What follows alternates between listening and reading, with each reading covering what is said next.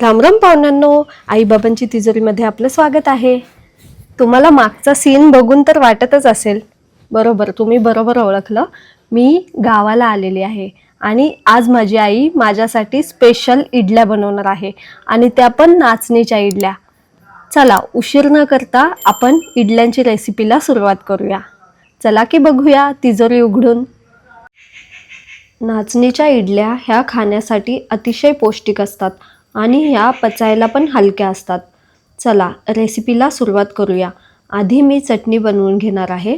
चटणीसाठी साहित्य दाखवते. 1 वाटी खोबरं, 1 चमचा भाजकी चणा डाळ, 4 ते 5 मिरच्या, 4 ते 5 कढीपत्त्याची पानं, 1 चमचा शेंगदाणे, कच्चे शेंगदाणे आहेत आणि त्याबरोबरच 1 छोटा चमचा अख्खे धने टाकलेले आहेत. त्यानंतर हे सर्व साहित्य मी मिक्सरच्या भांड्यामध्ये काढून घेतलं आणि चवीपुरतं मीठ टाकून हे बारीक वाटून घ्यायचं आहे. आधी हे कोरडंच वाटून घ्यायचं आणि नंतर पाणी टाकून याची पातळ पेस्ट करायची आणि ही एका भांड्यात काढून घ्यायची. आता इडलीसाठी जे पीठ बनवणार आहे त्याचं साहित्य बघूया. एक भांडं घेतलेलं आहे, त्याच्यामध्ये आईने 2 ग्लास पाणी टाकलं.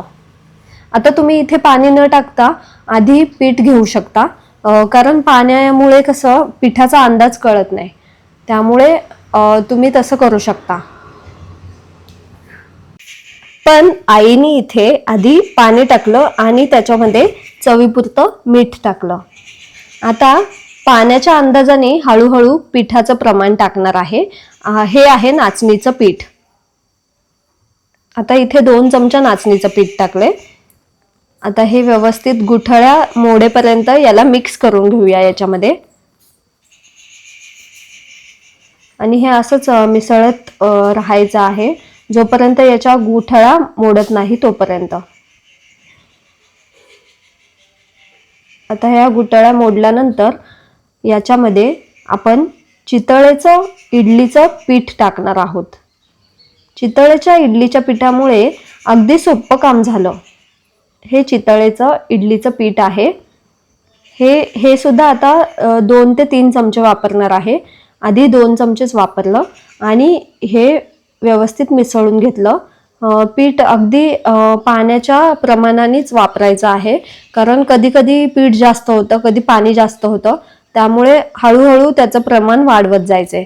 आता इथे पुन्हा एकदा नाचणीचं पीठ टाकलेलं आहे आणि हे पुन्हा एकदा मिसळून घेऊया.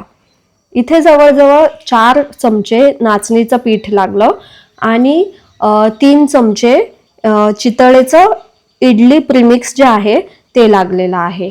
आता हे व्यवस्थित मिसळून घेणार आहे गुठळ्या मोडेपर्यंत. जसं आपलं इडलीचं पीठ असतं ना, तशीच कन्सिस्टन्सी ठेवायची आहे या पिठाची. आता पुन्हा एकदा इडलीचं पीठ टाकले. बरोबर 3 चमचे इडलीचं प्रीमिक्स लागलं आणि 4 चमचे नाचणीचं पीठ लागलेलं आहे. हा 4था चमचा नाचणीच्या पिठाचा टाकलेला आहे. आता हे मिसळून घेणार आणि याची कन्सिस्टन्सी बघा. आता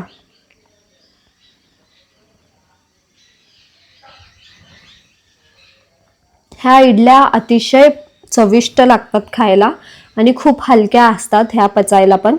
तर तुम्ही ह्या अगदी डोळे झाकून खाऊ शकता आणि डायबिटीसच्या पेशंटला तर खूप चांगल्या आहेत या.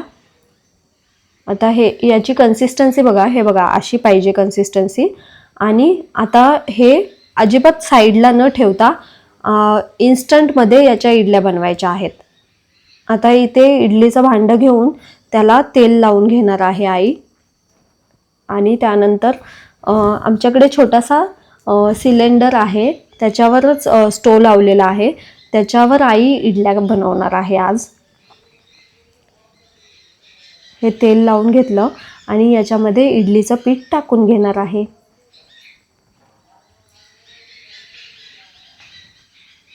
हे इडलीचं पीठ टाकून घेते.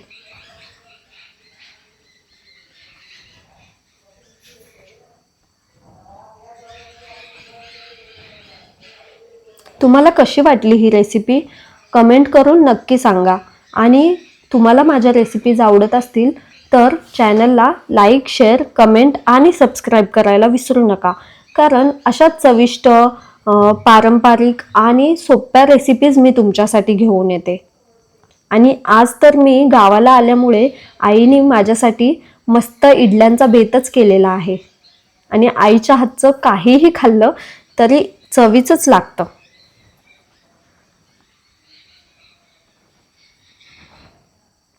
आता हे भांडी व्यवस्थित लावून घेतली आणि याच्यावर झाकण ठेवलं.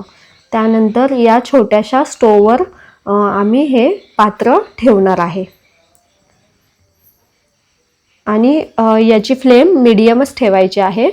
मीडियम ठेवून हे 10 ते 15 मिनटं असं तुम्ही हे इडली ठेवू शकता. गॅसवर करत असाल तरी पण 10 ते 15 मिनटं जातातच. हे बघा, इडली तयार आहे 10-15 मिनिटानंतर. आणि हे थंड करायला साईडला काढून ठेवायचं आहे. आणि हे थंड झाल्याशिवाय इडल्या काढायची घाई करायची नाही. किती छान दिसत आहेत ना इडल्या. आता हे काढून घेते. किती अलगद निघल्या इडल्या. आणि ह्या प्लेटमध्ये सर्व करूया. चला, आता मी तर गरमागरम एन्जॉय करणार आहे. तुम्ही पण खाऊन मला कमेंट करून नक्की सांगा कशा वाटल्या नाचणीच्या इडल्या. हे बघा किती छान फ्लफी झालेल्या आहेत आतून आणि चवीला पण अतिशय पौष्टिक आहेत.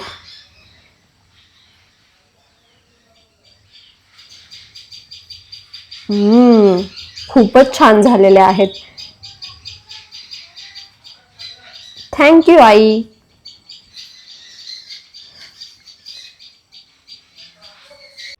अशाच चविष्ट रेसिपीज आणि आठवणींसाठी आई बाबांची तिजोरी या चॅनलला लाईक, शेअर, सबस्क्राईब आणि कमेंट करायला विसरू नका. बेस खावा, बेस राहावा.